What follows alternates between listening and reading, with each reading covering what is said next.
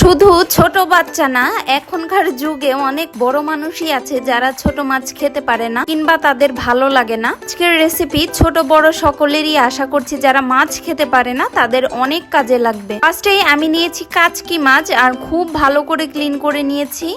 আর মাছটা অবশ্যই ভালো করে ক্লিন করে নিতে হবে, কারণ মাছে অনেক পরিমাণে ময়লা থাকে। এখন আমি আরও কিছু প্রসেসিং করে নিয়েছি। এখানে নিয়েছি মরিচ কুচি, নিয়েছি একটা বড় সাইজের আলু, একদম গ্রেটারের ছোট যেটা থাকে ওইটা দিয়ে গ্রেট করে নিয়েছি রসুন কুচি আর পেঁয়াজ কুচি। এখন মাছের মধ্যে আমি সব কিছু দিয়ে নিব। আর আমার আজকের এই মাছের রেসিপিটি আশা করছি সকলের অনেক ভালো লাগবে। আর যখন বাচ্চারা এটা খাবে, যারা মাছ না খায় তারাও যখন খাবে তারা ধরতেই পারবে না যে এটা মাছ দিয়ে তৈরি।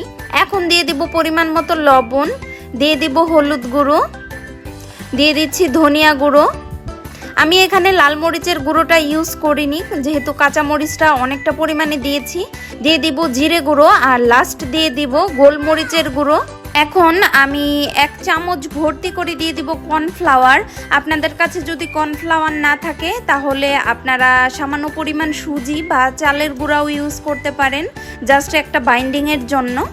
আমি এক্সট্রা করে কোনো পানি দেইনি, কারণ আলু আর মাছ থেকে মাখাতে মাখাতে এমনিতেই পানি চলে আসবে। দেখুন অলরেডি কিন্তু পানি বের হয়ে আসছে। এখন প্যানে একটা তেল গরম করে আমি আস্তে আস্তে পেঁয়াজুর শেপ করে দিয়ে নিব। এটা হচ্ছে কাচকি মাছের পেঁয়াজু বা বড়া। এটা গরম ভাতের সাথে কিংবা এমনিও খেতে অনেক মজা লাগে।